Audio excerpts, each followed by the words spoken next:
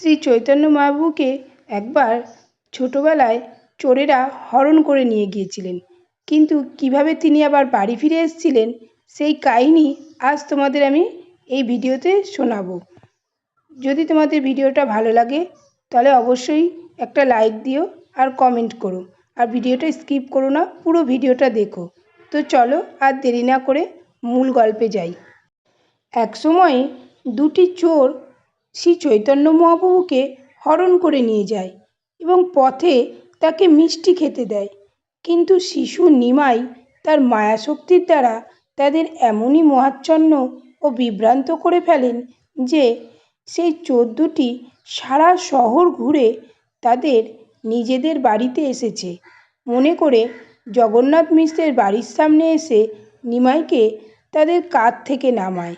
নিমাই তখন বাবা বাবা বলতে বলতে অদূরে দণ্ডায়মান শ্রী জগন্নাথ মিশ্রের দিকে ছুটে যান এবং বাৎসল্য স্নেহে আপ্লুত হয়ে জগন্নাথ মিশ্র তাকে কোলে তুলে নেয়।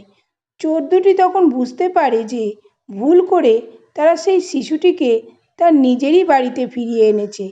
তখন ধরা পড়ার ভয়ে তারা সেখান থেকে ছুটে পালিয়ে যায়। বন্ধুরা, এবার তোমাদের শ্রী চৈতন্য মহাপ্রভুর আরেকটি অলৌকিক কাহিনী শোনাচ্ছি। একবার একাদশীর দিনে হিরণ্য ও জগদীশ নামক দুজন অত্যন্ত নিষ্ঠাবান ব্রাহ্মণ শ্রীকৃষ্ণের উদ্দেশ্যে যে ভোগ নিবেদন করেছিলেন, শিশু নিমাই সেই নৈবেদ্য খাওয়ার জন্য আবদার করেন। শ্রী চৈতন্য মহাপ্রভুর এই মনোবাসনার কথা জানতে পেরে হিরণ্য ও জগদীশ শ্রীকৃষ্ণের নৈবেদ্য নিয়ে এসে তাকে তা দেন এবং মহাপ্রভু তা গ্রহণ করেন। জগন্নাথ মিশ্রের বাড়ির পাশে একটি গর্তে উচ্ছিষ্ট ও অশুচি হাঁড়ি ফেলা হতো। সেই স্থানটি ছিল অতি অপবিত্র। গৃহপ্রাঙ্গণের যত কিছু আবর্জনা, উচ্ছিষ্ট ও অশুচি বস্তু সেই গর্তে নিক্ষেপ করা হতো। সেখানে কেউই যেত না। একদিন নিমাই সেই অশুচি স্থানে উচ্ছিষ্ট হাঁড়ির উপর গিয়ে বসেন।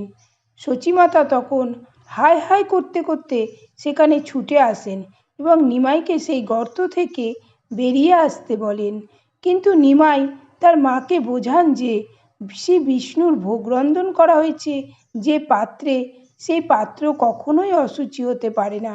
ভগবানের সঙ্গে সম্পর্কিত যা কিছু তা সবই পরম পবিত্র। শ্রী চৈতন্য মহাপ্রভুর জীবন কাহিনী বলে তো শেষ করা যায় না, তবুও যেটুকুনি পারলাম আমি আমার এই ভিডিওর মাধ্যমে তুলে ধরার চেষ্টা করলাম।